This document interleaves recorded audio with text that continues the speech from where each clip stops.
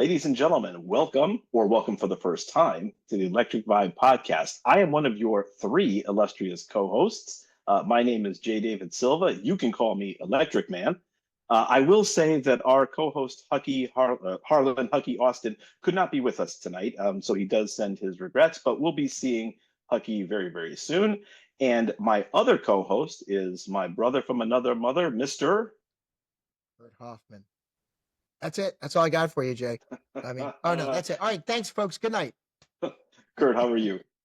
Dude, you know how I am because you and I, again, so we already had a road trip together and went to Fort Wayne, Indiana to do the Sweetwater Masterclass. And we already just had an episode dropped with Damon Dixon and Eric Rogers from Paisley 5 and Dime on. And Eric was there, and we're going to see Eric too because Eric's going to be at Celebration. Damon's doing his Dance with Damon class on the 4th, the day that we get into, what's that little thing called? Oh, yeah.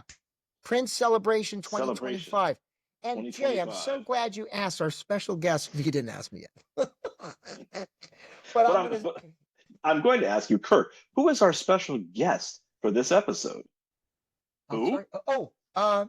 Okay. So there's this guy, he's DJ'd a little bit. He knows a little something about Prince.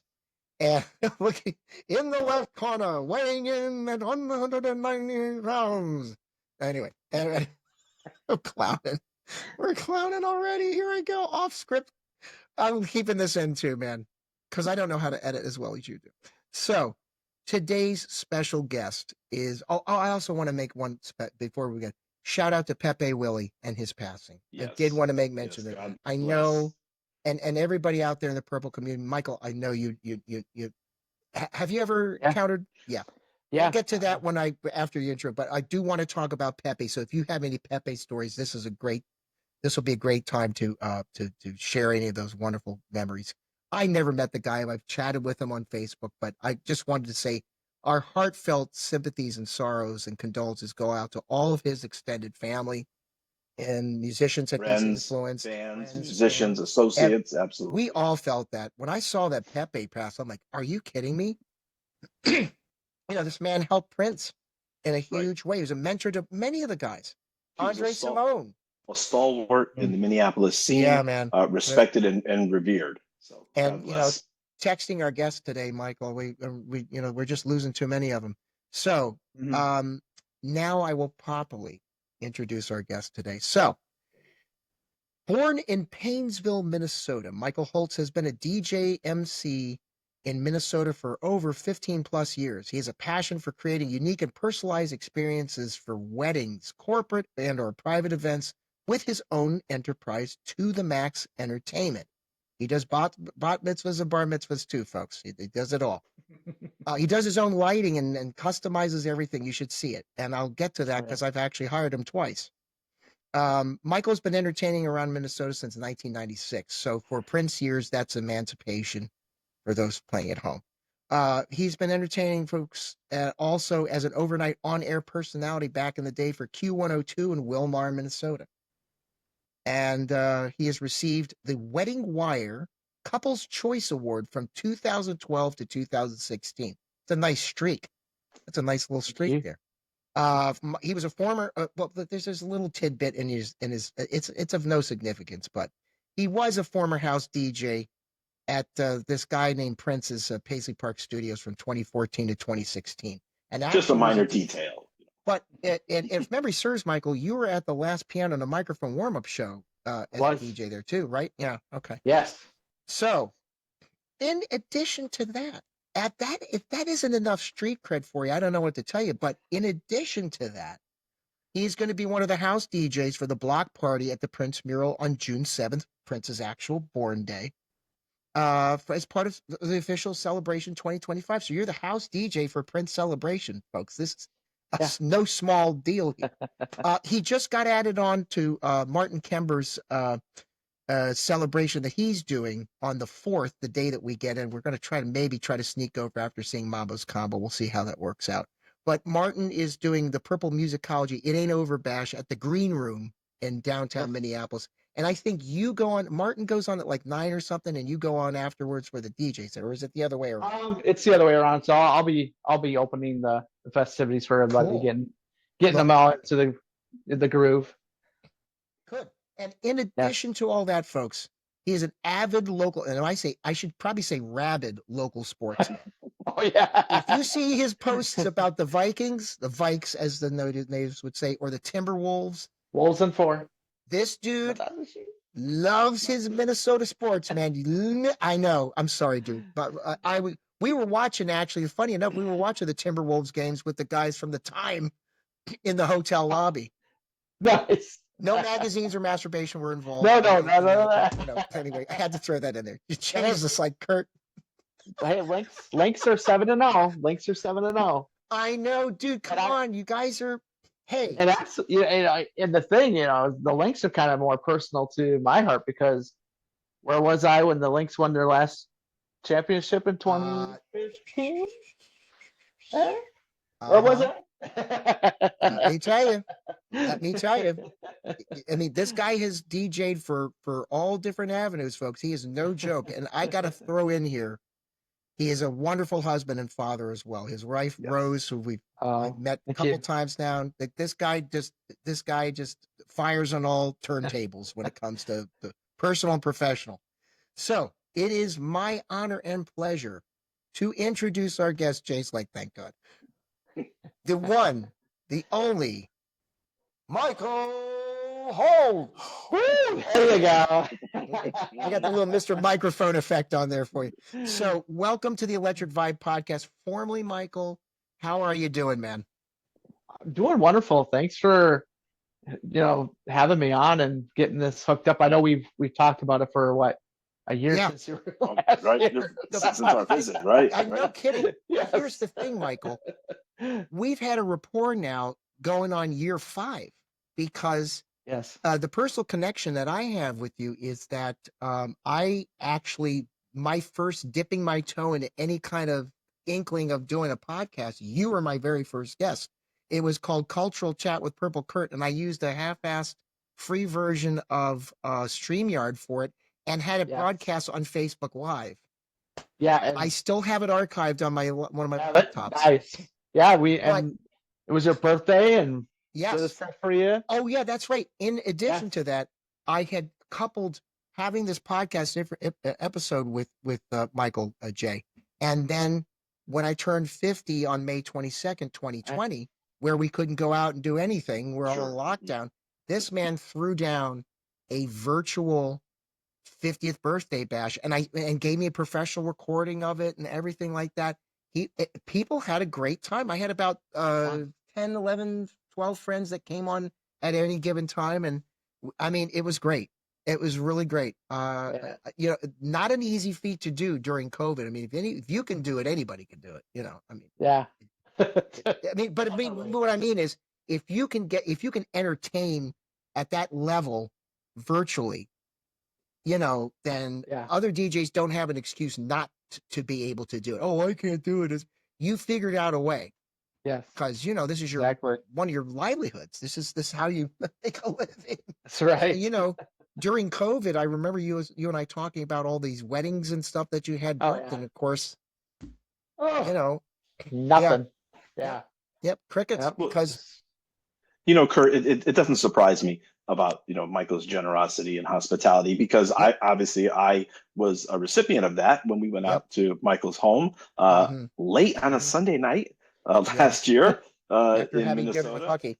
Right, and we appreciate you welcoming us into your home, you and your lovely wife Rose, who has been wonderful to us over social media ever since. We feel like family. I hope it's okay to say that. Oh yeah. And we were grateful to just be there. We probably overstayed our welcome a little too late. But we really had a fantastic time, and we're still very grateful for your hospitality and your generosity. Yeah, absolutely. Much appreciated, and it's been great to build these relationships. It's one of those things where it's the double-edged sword, right? With Prince passing in 2016, and then but I've developed many relationships and met many new people just because of that, which. It's like, oh man, where would but it's crazy, it's kind of bittersweet, right? It is, yes, exactly. And Michael, we're really looking forward to getting into your background and your story. But before we do that, what do you have going on lately? Projects and things? I have some projects coming up. So as Kurt mentioned, that I'll be out at the Green Room this Wednesday night for Martin Kember and the unit for his musicology tribute to Prince. So I can't, I haven't, officially heard or been to a concert with Martin Kember. We were supposed to do one before, but it didn't work out, because it was kind of starting after COVID. We're trying to get things back in, but then the club didn't have it, so that was unfortunate. So, but I'm excited to be able to, see him perform also. So that's going to be a treat. He's for great. Me. Let me tell you something. He's I think he's actually turned 60 now. I think he's 60 years old. Let me tell you something. The brother doesn't sound like it. He's about an inch shorter than I am, a couple years older. Wow. He did a set for Jelly Beans in conjunction. So there's a connection here. So I hired you as a DJ for an ill-fated, ill-planned, I'm a novice of planning events. I had a thing for called Dance for Minneapolis, and it was at this Chanhassen VFW, very close to Paisley Park. I figured that might draw some people, but Marshall Charloff was doing Purple Experience the same night, same time. And I didn't double check that. Whatever. We had a great time. Listen, I got my own personal yayas with my own house DJ. You were just, and to your credit, so as part of the Jelly Bean Johnson and Marty Bragg, his partner in crime, for the Minneapolis Sound Museum. And she gave the biggest compliment you could ever give a DJ playing Prince. She says, "Oh my God, he doesn't play all the normal stuff. He plays like the deep cuts, the stuff that I love, because you go in. You like some digital crate digging in there. You put stuff in there. I'm like, where the hell did he dig that one up from?" But it was wonderful. But relationships were built out of that whole thing, because that was the first time you and I met in person. And that was kind of like the first time too, not to interrupt you, but first time I've kind of interacted with Jelly Bean too. And then he mentioned, he goes, "Yeah, I know why he picked you. You're funky, you know." There you go. I'm gonna keep it a bug with you, man. Man. Yes. You do a great job, man. Do a really great job. No bullshit, man. You know the cuts, man. You know the cuts. Michael, so with your, and I would love to know, with, your love of the deep cuts and, not the traditional, the normal tracks. Take us back through your musical influences growing up. Besides Prince and how you got into. Well, I mean, we can start with, past DJs that have DJ for Prince, and that's been my influence too. Because when I started going out to Paisley Park, that was like late '94 when I started going out there. So I was like 16, we're going on 17 at that time. And so one of my biggest influences at the time was DJ Brother Jules. And just, I mean, because he was, one of the main guys out there. And I mean, deep cuts all the time. And that's kind of the way, like, Paisley Park, like for the core Paisley Park people, I mean, you weren't playing mainstream, hits for Prince out there. I mean, you're going into the deep cuts, even DJ Dudley D, definitely, deep cuts for him. And then Lenka, I mean, she's a whole nother level too, because she's like, the electro funk, and she does a lot of other mixing with her cuts. And I mean, we all kind of have a whole brand or a style. And I kind of liken my style as I'm just kind of more the traditional mixing, and just, keep it old school and mix those, those deep cuts in with some of the, the funk classics, and that was one of the things too, like influences for me growing up. I mean, I grew up in a small town in Minnesota where it was country music is the, the huge part. So, and then kind of when I got to my era, then it was more of the grunge era was, getting popular, like Nirvana, Pearl Jam, all them, which I didn't really have an appreciation for it. I didn't really care for that, but like a lot of, my friends, they were all into that. I was more into the hip hop, R&B, and then plus, Prince was obviously my influence there too. So, I mean, when I was 6 years old, I have an older brother who's 14 years older than I am. So that's where a lot of the influence came from as far as with Prince, because that was the first album that I heard on, and is When Doves Cry. And I'm like, who is this guy? And I was like, I was locked in, when I was, I mean, I was locked into, at that time, like, Boy George Michael, I mean, all those type of singers and that whole 80s era, new wave, Depeche Mode. So loved it. Love them. Yeah. So, I mean, my catalog has really been quite eclectic. And I think then, like with a lot of my other influences, when I was DJing for Prince, is just kind of like feeding or kind of seeing what he likes or what he might like or whatnot. And just kind of maybe throwing in some new stuff here and there too. So that was kind of a lot of my preparation too, is like, okay, what's a good new artist that's out there that might be a good fit for, Paisley Park sound. That's an art form. That's a art form. Yeah. You're kind of like an archivist on the fly in that regard. You have all these eclectic things like, let me throw this curveball, see if it sticks. Right. And it's a risk reward if you get the guy's ear saying, hey, what was that tune that he played? So did you ever have a moment in all that where he would come up to you and go, because I know you told me the Alabama Shake story, which you got to tell here. That's a great, Jay, wait till you hear this one. Yeah. So, there was one moment when we're talking about like new music, that he came up to me and asked me, who is this? And I don't know if he thought it was that there was cursing in it or not, but it was George Clinton had released a single with Kendrick Lamar, and that was Ain't That Kind of Funkin' Hard on You? Yeah. Sure. So I'm like, the first track on the Pimp a Butterfly, right? Yeah. I'm like, oh man, this is a banger, so I'm like, I'll play it. So he was kind of lounging out in the chair, those chairs and talking to the band and stuff, and I started playing it, and all of a sudden he gets up and he comes over and he's like, who is this? And I'm like, I was like, this is George Clinton with Kendrick Lamar. What's the name? And he's like, what's the name of the song? I was like, Ain't That Kind of Funking Hard on You? Now, you know what makes me think? God. and here's where my brain goes with that, Michael. Wondering if that was a catalyst to have him bring Kendrick Lamar to Paisley Park, because he eventually came. You might have been the catalyst for that. Who knows? You know what? What the hell? We're going to give you credit for introducing Prince to Kendrick Lamar. Okay. I mean, that's seriously, it's cool. Yeah. It is. That's a great story. And then, you mentioned Alabama Shakes.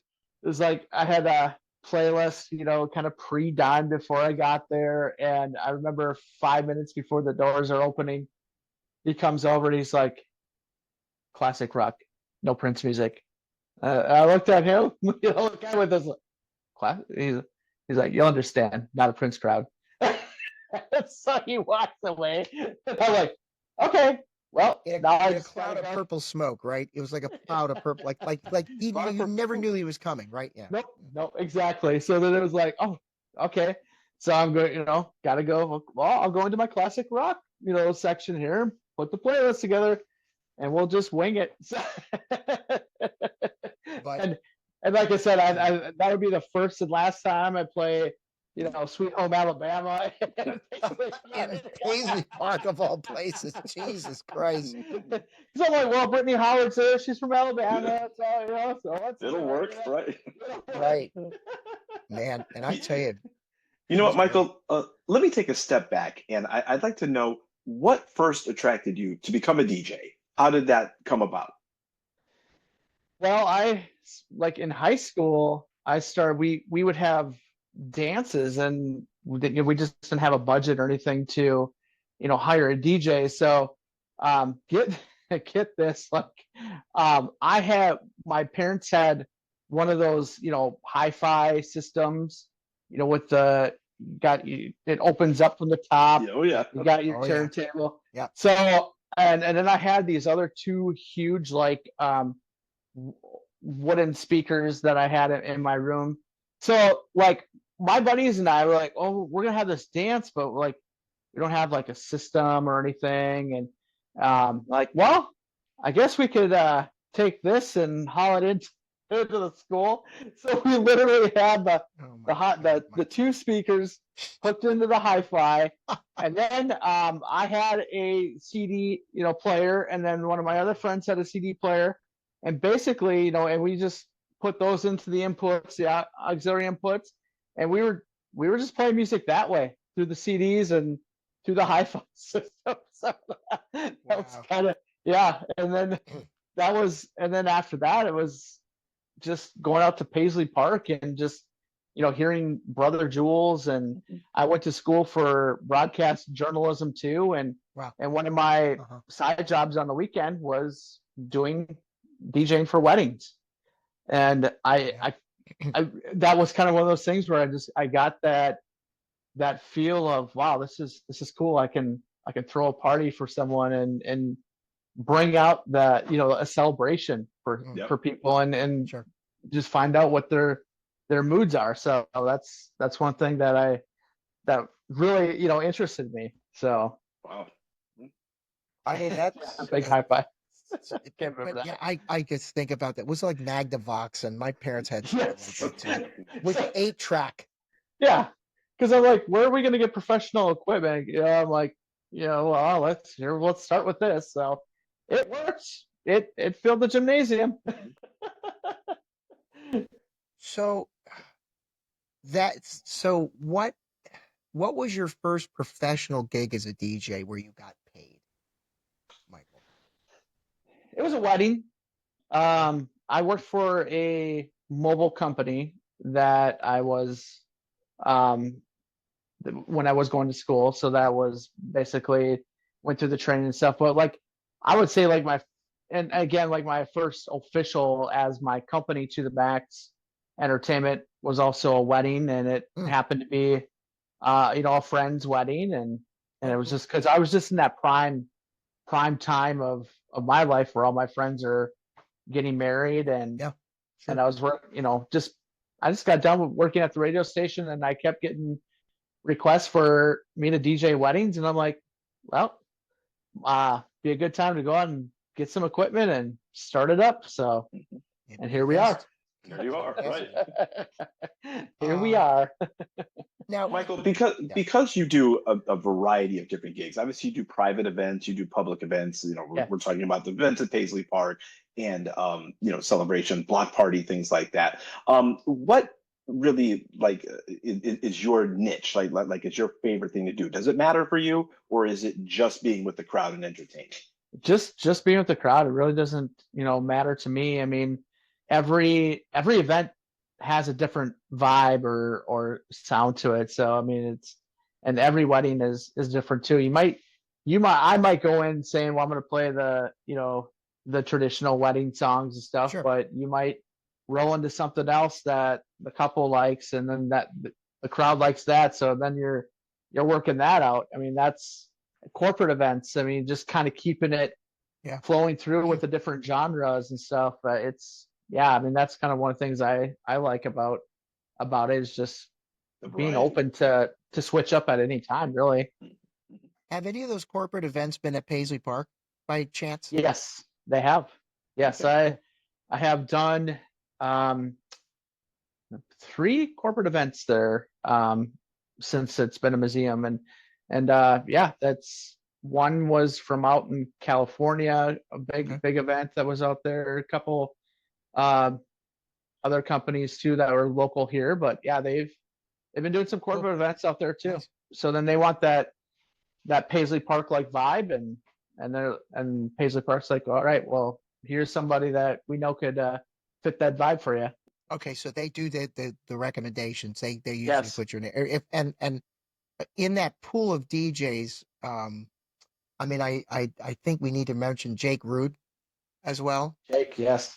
I mean, there's this pool of people that are in your, general orbit and that do what you do, and they all do a completely different spin, literally. Yes, because Lenka and Jake Root are kicking it off, the celebration at so they'll be kicking at First Avenue is where they'll be kicking it off. Cool. Yeah, so that's totally different vibe there. So yeah. Do you guys ever get together as a collective and just trade war stories at all, or once in a you're while? also busy. We're so busy. Yeah, like Lenka and I will kind of link up once in a while via text or whatnot, but yeah, otherwise we're just so busy doing our thing or on different schedules. Have you ever had to substitute? Have you ever had to substitute for one another? Hey man, I just came down with a really bad, nasty cold. Can you come and do this?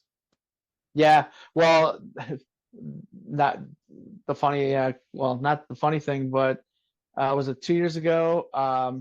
I was scheduled to do one event at the airport at the Prince shop, and I came down with COVID, and so I reached out to Lenka, see if she could do it. She wasn't available, and then I'm like, oh man, it was just like I was so devastated that I couldn't find it, but everyone else, just doing something else. So, but we were able to make it work out. But at the same time, and then I hear that after that, Lenka got COVID. She was doing a deal. So we're crossing fingers that that's not happening this year. So we're all good there.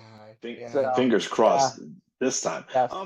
Michael, for our listeners and our audience, can you talk about your first professional gig for Prince at Paisley Park? And how it came about? Official or unofficial? Oh, whatever, man. How about both? I'll start with the unofficial gig, which hold on one second here. Oh. So this was if you can see that there. That was the first unofficial gig. So that was really March 24th, 2000. Yeah. Wow. Miho was she was a regular out at Paisley Park, and she would always write up reviews of the event that night. So I mean, I can read it to you here too. So to preface what happened was, it was it was supposed to be a dance party. Prince might come out and perform. So we're kind of hanging out, and this is at the time that I was working at the radio station. I knew one of the sound engineers. His name was Purple, and he actually happened to play in a local band out in Wilmer, Minnesota.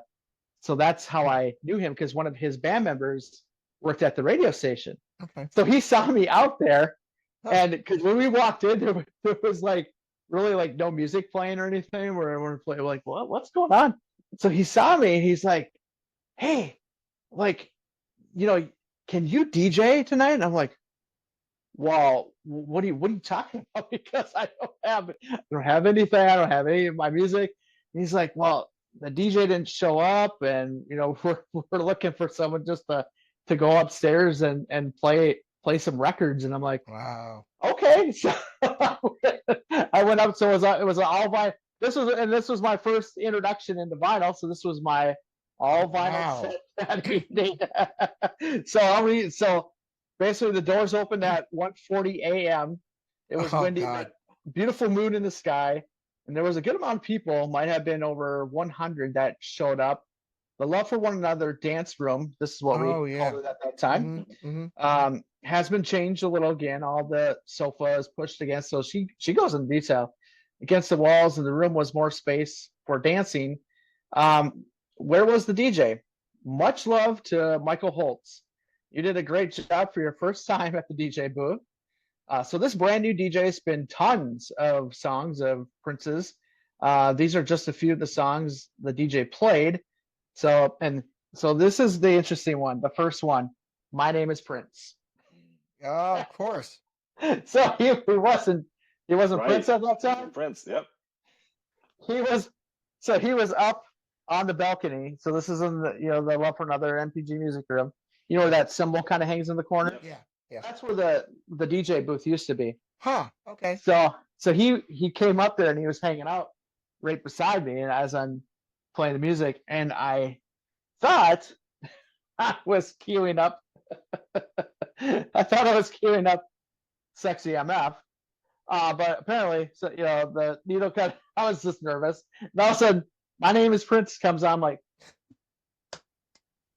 I'm sitting there I'm like, oh no, is he gonna be mad at me?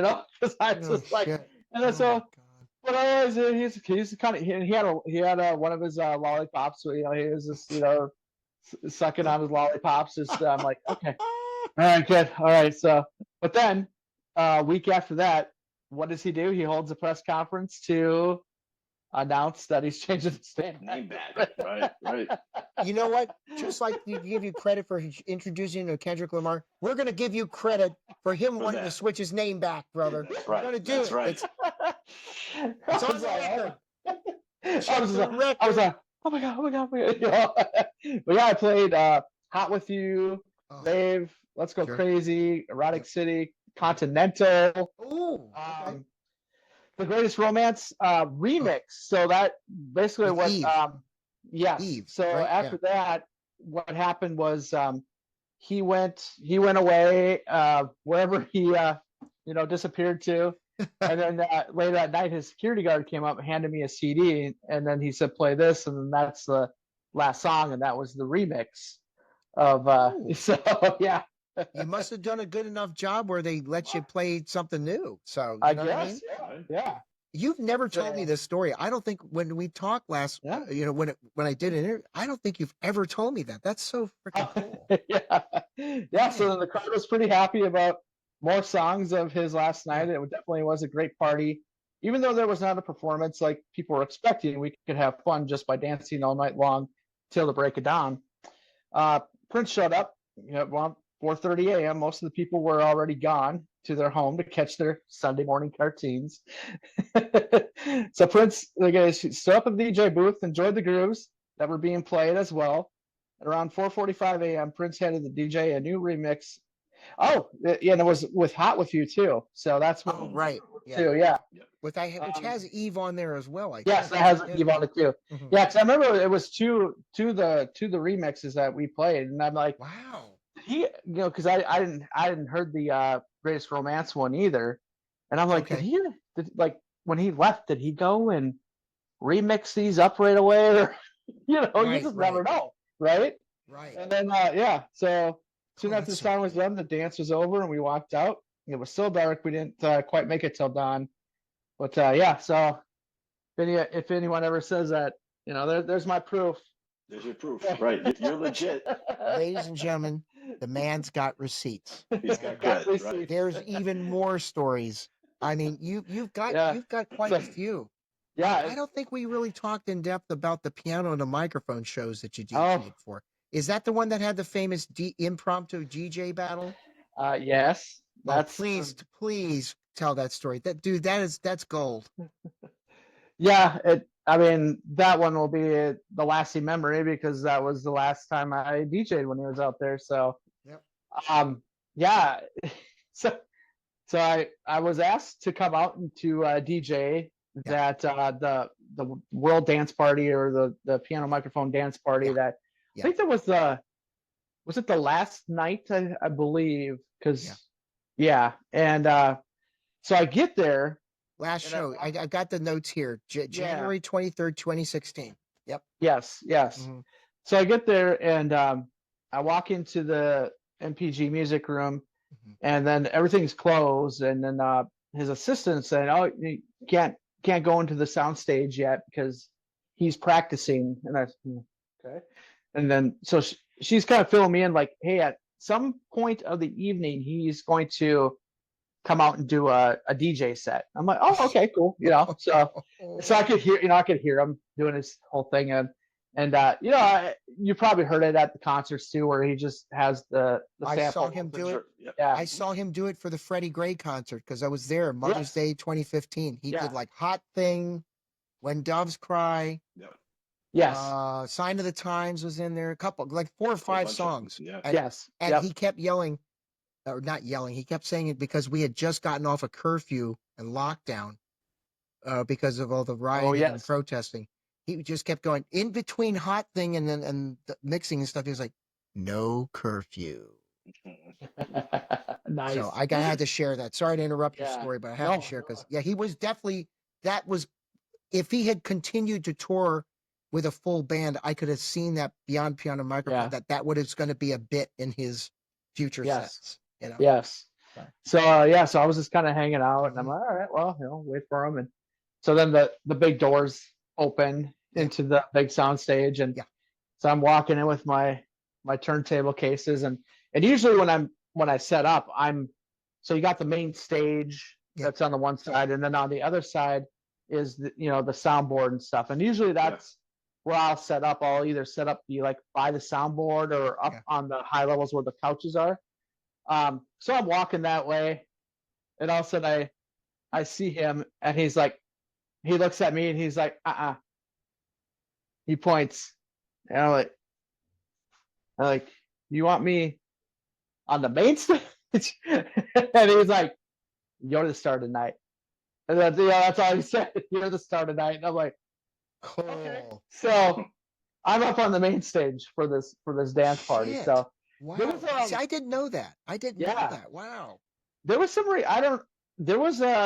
recordings of it going on, like live streaming.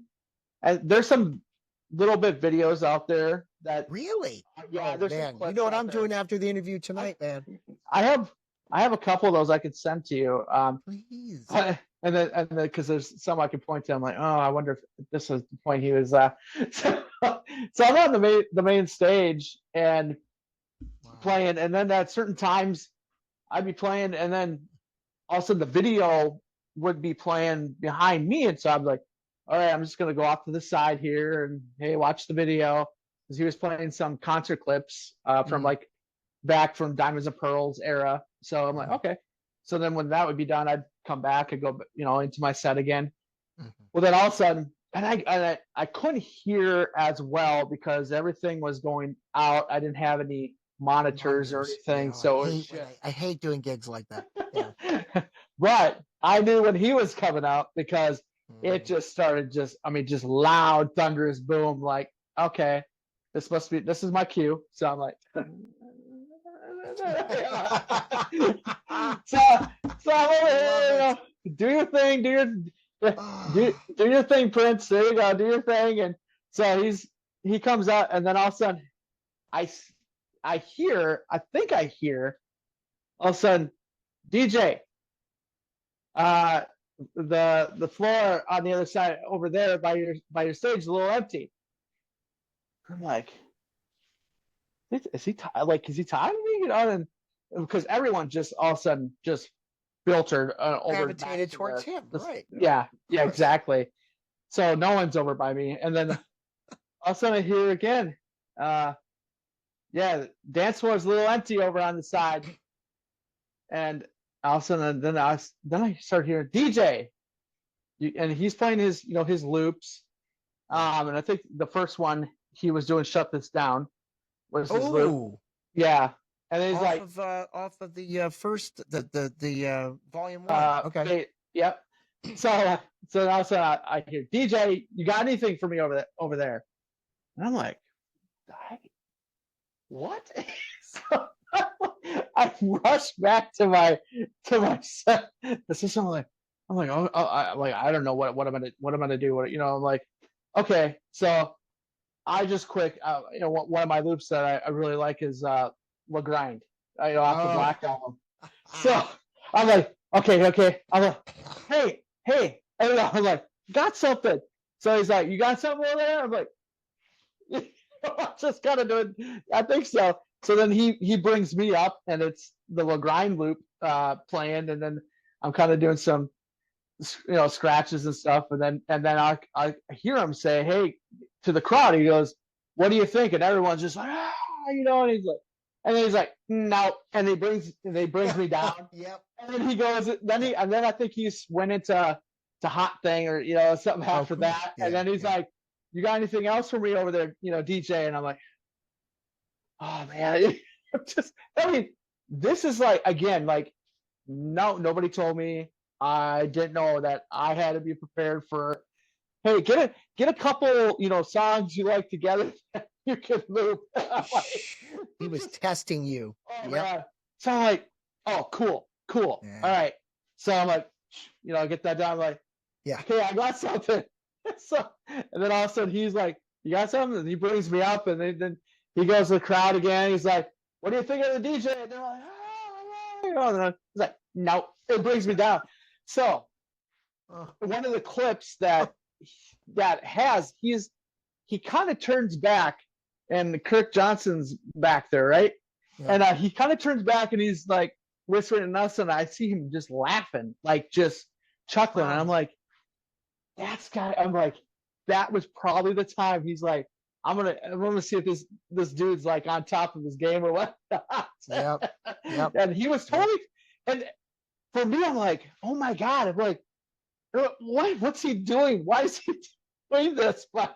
I mean, and then at the end of the night, he went out and in his bicycle to kind of, scare everybody out in the parking lot and stuff like he would do. And oh, so he comes. I'm putting my stuff away. I'm on the stage, and he comes in. He's biking around, and so all of a sudden he comes up on the stage, and he comes up. He's like, thank you for coming out. I really appreciate it. And I'm like, I'm like, Prince. I'm like, hey, anytime, man. I'm like, again, it's always an honor to come out here and be part of these parties. And I said, you got me on this whole DJ battle. And he's like, I know. He walks away. I'm like, oh my God, just like, because at first I'm like, oh my God, like, just thinking like, why is he doing this to me? At first, it's just like, it's like, okay, and it's one of those things, like, you're either gonna sink or swim, or how are you gonna do it? Because but for me, here's a guy who's less than 3 months away. He passes away. This does not track to me. It sounds like this guy still had a little gas left in his tank, and his sense of humor, punking people. He was punking you. He was totally punking you, clowning you. Totally. And that kind of goes back to the first time that I even was DJing out there, because when I was out there, actually this would be the second time, because the first time it was on the April 5th, but it was the end of April was when it was the anniversary for Purple Rain, a 30th anniversary. Mm-hmm. And Candace Springs was out there. And I remember he was telling the crowd after he opened with all the Purple Rain hits and stuff, and then he was telling the crowd that Candace is going to be playing over the next room, and then the music kind of stopped, with the band, and he was doing some other talking, and then he kind of walked away from the microphone, and I'm always like, no dead air, can't have any dead air, so I'm like, all right, so I pushed it, I'm like, DJ music, right? He flies back on the mic. He goes, I ain't done yet. And then that's when he went into Kiss. And I'm like, hey. Wow. So now here I'm like, okay, that's it. I'm done. Yeah, I'm done. And I remember then he had the band looping because they did just kind of the first verse, chorus, and then the band was just looping Kiss while everyone went in to see Candace Springs. But I could see the little lights, red lights on his heels. Oh, in his heels. Yep. I've seen it. Through the crowd, I'm like, oh, he's coming here. He's coming up. He's coming up here. I'm like, oh God. And sure enough, here he comes up here. And so then he comes over to me, and he's like, I think he just kind of tells me, he's like, yeah, once Candace, starts, you can stop playing. And I'm like, okay, I'm like, but then I looked at him like, hey, it's just again, I'm like, hey, he's like, he looked at me, I'm like, you got me on that Kiss thing. He's like, I know. Oh my God. With that whole smirk thing that he does. That's like a Han Solo moment when, Princess Leia, I love you. And he goes, I know. Yeah, you had your Han Solo moment from Prince. I know. Twice, Right, not once, right. but twice. Yeah. And then Jesus, Michael. and then after Candace was done, he brought everyone kind of filtered back in. He came to me before everyone was, because I was just kind of hanging out waiting for her to be done. Yeah. And then he came up to me, and then he said, "Yeah, I got some new tracks I'm going to play, and when I play the new tracks, I'm going to point back to you, and I want you to play something similar to or something old school that would go with the tracks."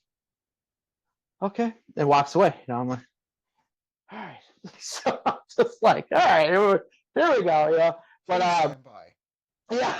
Jesus Christ. So then everyone came back in, and then him and Joshua came in with the laptop, and then they were playing the new tracks from like Spectrum Electrum, and then also from Artificial Age.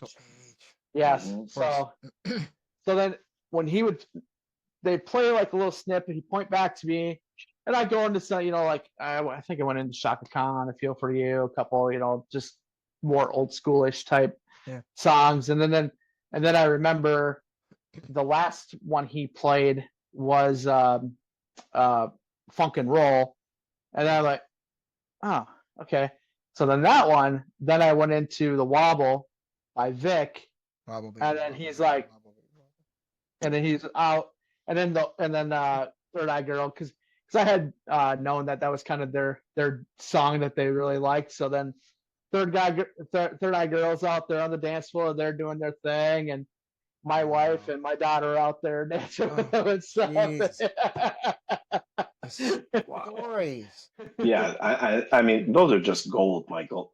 I do want to ask you though, after having those experiences, what was it like the first time you went back to Paisley Park after Prince passed? Oh, good question. Oh, very well. The first time I went back was the first anniversary when they decided to do a party, for a DJ party, and then I was the one to do that. Yeah, it was wow. It was very very emotional and surreal and weird all at the same time. It's just, and I remember it didn't smell like Paisley Park as it used to, but what I knew, his spirit was still in that place, and to be honest with you, I did have my doubts of ever wanting to go back, or why we're going to do a dance party type thing. But as I saw people, like you guys coming out, and just other people coming from all over the world, and the songs that I played, how it just touched them, and I had people coming to me, tears in their eyes, like, I can't, thank you for playing that song, because that was one of my favorite songs. So and then, like, okay, I get it's different. It's obviously different now. It's going to be more of an experience where you'll never have that old Paisley Park experience. I mean, the people that I know here locally, we always thought, well, let's get that core, Paisley Park feel, but it just never will be that as much as we want it to be. It's just, it can't, you can't duplicate. You can't replicate that. You can't replicate, not having them there to feel that, like, like, when is he going to come, or, where is he at? The whole, just kind of keeping you in suspense and everything. But yeah, it was definitely interesting, when I went back out there. But after that, I mean, it's just like, I know what this is now, and how we need to, and it's all about celebrating him, and telling the stories, and meeting other people. I mean, that's again, meeting you guys through the whole thing too. So I mean, you're not getting rid of us anytime soon. That's right. You stuck with us. Stuck with us. Right. But you know what, man? If you can say one positive aspect about his passing, is that the sense of community that we've bonded through our love of him, and with folks like yourself who actually worked with him. and a capacity that you have this as deep appreciation as we do for the craft, and but I imagine you feel some sort of sense of responsibility, and that can't always be easy because here you are representing that celebration coming up, and this is a great place to talk about what you got cooking. We don't want you to spoil all your secrets in the set list and stuff like that. Of course, we want to know off the air, of course. But hey, Michael, can you play me this? No, but seriously, you're requesting now. Right. Oh, believe me, I got a list. And actually, back to when I hired you for the VFW gig, I never had any notes for you because I already knew what you brought to the table. And again, I'll reiterate what Marty said to me. She says, "Man, I can see why you got this guy. He's not playing the usual run of the mill stuff. This is just some average, Yeah. We'll just play all his hits and just press play on a greatest hits album. We were digging it in, but there's got to be this extra layer since you actually were a part of those last years of his life. There has to be, at least it would be for me. There's that line in the Spider-Man series. With great power comes great responsibility, and you had a moment of power where you were dictating what was played on that stage. For me, that way I would feel that sense of gravitas. I don't know how you feel about it. And it's for me, to be honest with you, it feels weird every time. I don't know how to put it because I'm like, how a person like me is representing this guy who's a celebrity of celebrities, right? And it's like, I'm like, but it's anytime I'm going to open up that playlist or whatnot, it's going to be doing it with his honor, and I just kind of go into that mode of he's watching me, he's raping my by me or whatnot. He probably is. Right. The buck. He's messing with me somehow, Right. A spirit like his doesn't die easily. I kid you not. I think it was the second time I DJ'd out there after he passed, and I'm got my turntables, and all of a sudden, one of my turntables just freezes up on me.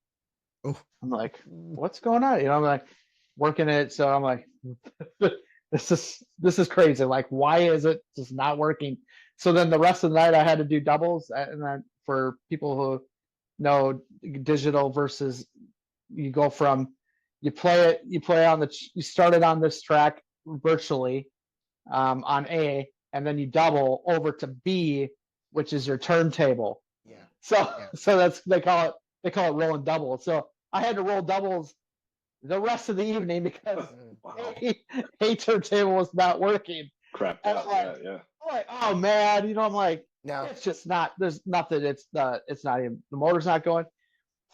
I'm like, okay, well, once I get home, I got to check this out because something's broke or whatnot. WTF. Plug it in. Oh, it just worked. So did you actually, at that moment, did you go, Prince, you got me again? I did. Voice go, I know. And now if that happened, I'd be running out of the goddamn house at that point. Right. Shit. Exactly. From somewhere, Prince is going, I know. Right. Somewhere in the great beyond. Yeah. Jeez. Michael, you know what? So, obviously having, performed at Paisley Park and, now you're doing other events, have done other events and still doing other events like the block party, being a part of Celebration. You obviously come with the skills, you come with the cred. Can you talk a little bit about your company, To the Max Entertainment? Yay. Yeah. To the Max Entertainment, it was established in 2000. And how I came up with that name, any ideas? I'm thinking there might be a song reference there somewhere. You can relax now. The what is in control? The Max will be in control. That's right. So that's how I came up with my name. I mean, and you're obviously for it.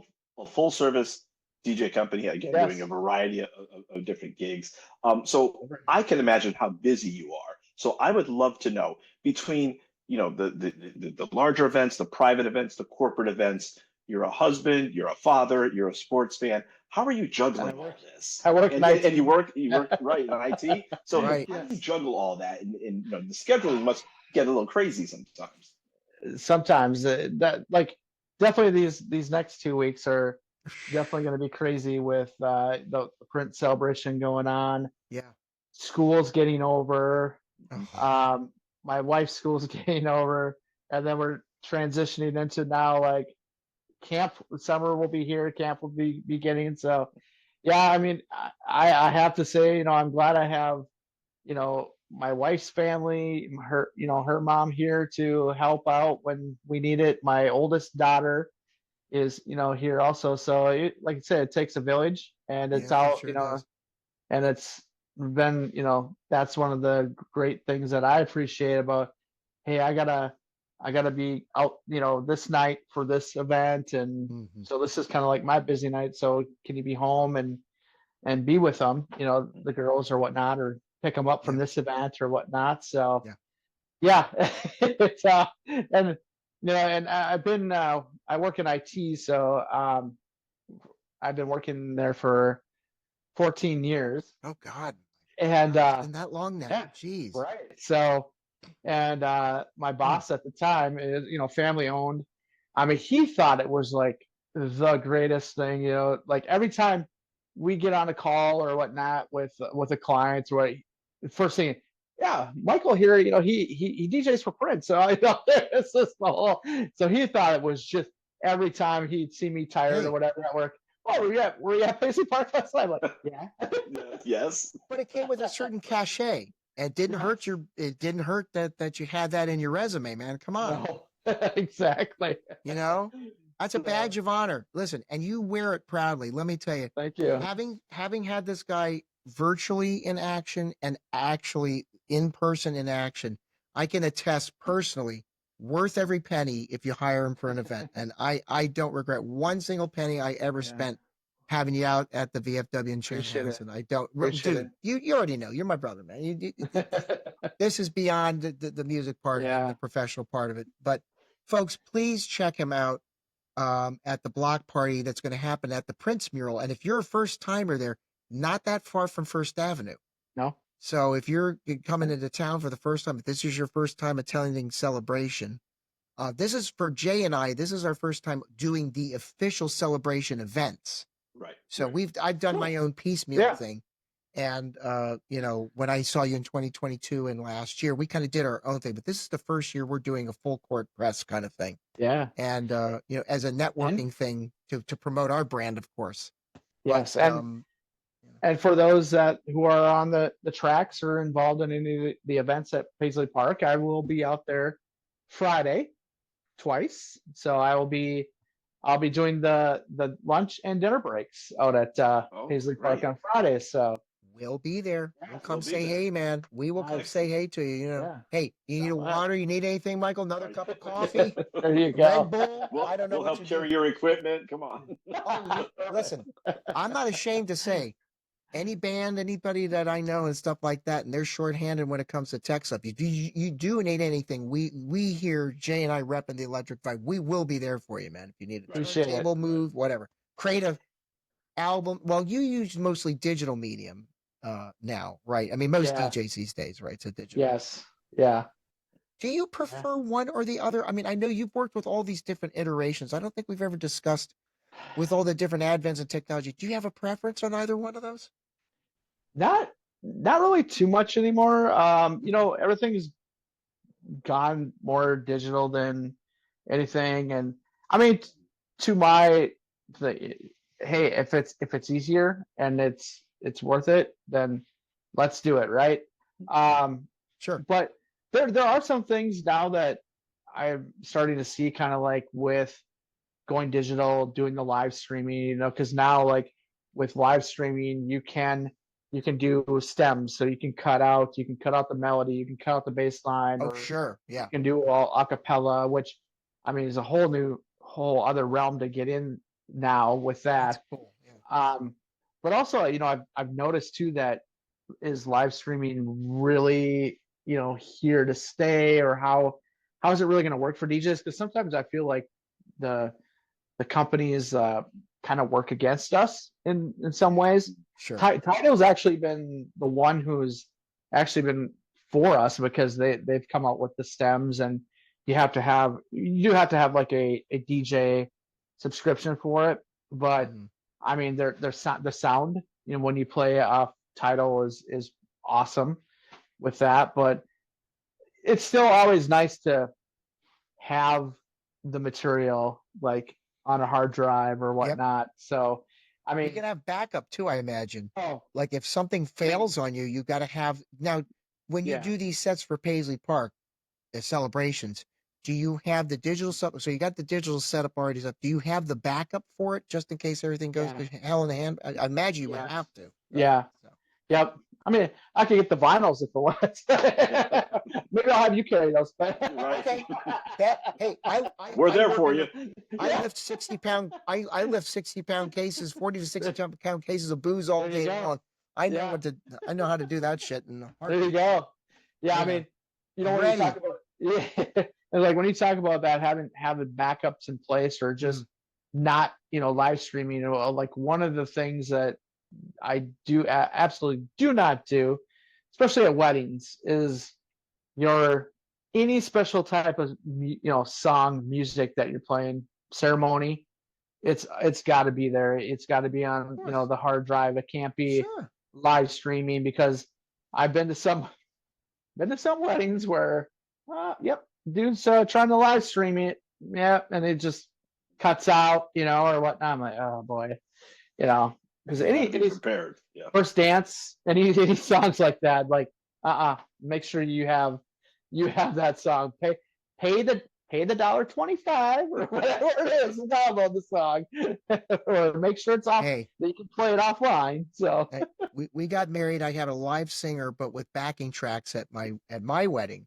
Yeah, she flew all the way in from London during a production of Porgy and Bess. She's an opera singer. She's a good friend of mine. We went to grad school together, and but I had somebody in charge of my iPod. Okay. And for the outro for our wedding ceremony for Aaron and myself, I wanted Saint-Saëns Symphony No. 3, the organ symphony. Most people know it from the movie Babe. Yeah. Dun, dun, dun, dun, dun, dun, dun, dun, dun, dun. And I wanted that as the outro music. Grand. Well, the guy screwed up and played a song, but it worked out. It was a happy accident. It was a song by Lifehouse, You and Me. Oh, you okay? Yes. You and Me. I'm sure you played that at a gazillion effing weddings. Yes. Yes. The people, Yep. And but Aaron actually picked that for the wedding playlist. That was one of the songs that he personally picked. So the happy accident that was a song that he picked from the wedding. So now that's our wedding song. And then unintentionally became, and that's cool. And accidents do happen, but in your line of work where you're getting paid good money and these people want exactly what they paid for. With the backups and the hard drives and all that. I know, I have to say, one of the big things I've learned from Prince is that if something goes wrong, don't ever, make it look like something went wrong, Right. Just, it's part of the thing. So he doubled down on those in the studio and live. And the rare times that he made mistakes in studio and live, he would just double down on it. That was meant to be part of, like Miles Davis. There's no wrong notes, right? Right. So,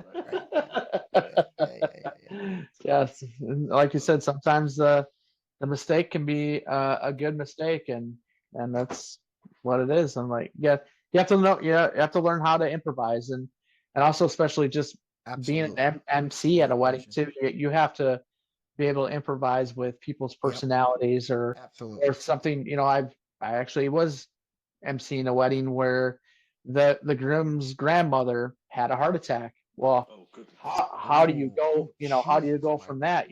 So it's right.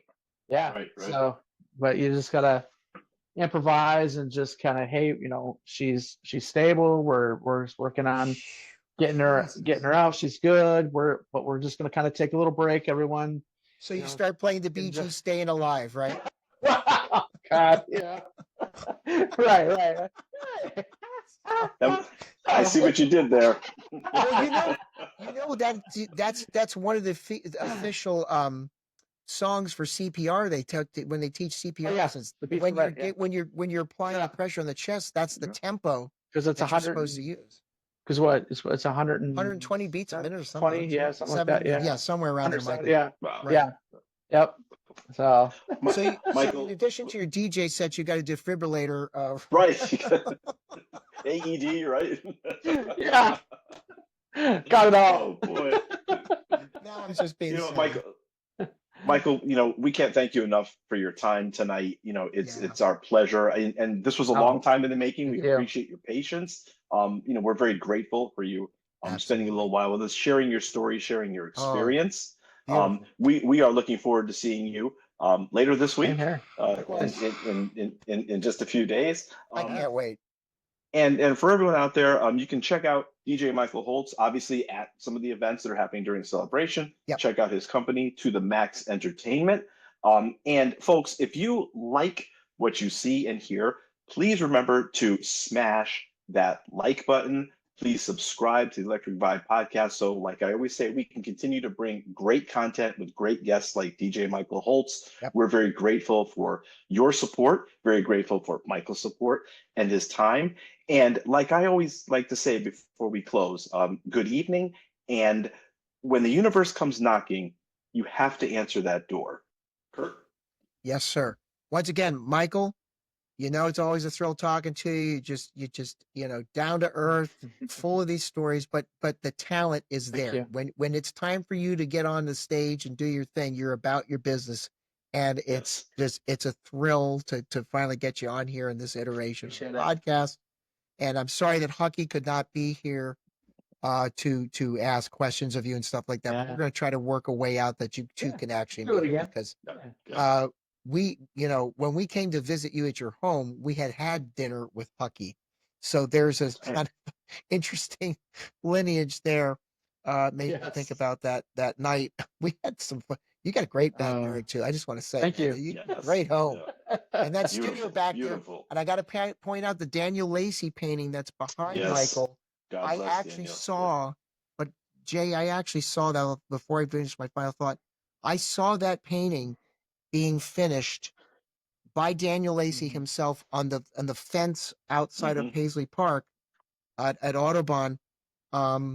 When Prince first passed away, I paid my respects at Paisley Park in July of 2016. We drove out there and took Aaron with me, which not his thing, but we made the most of it. And it's really great to see that painting. And we miss Daniel Lacey because he was, he was He'd still be out there real painting. one. Yes, he would be. Yes, he sure would be. So, Pepe, all these folks that we're losing, over the years here, we just got to make sure. And it's nice to see that painting could not be in better hands, if I may say so.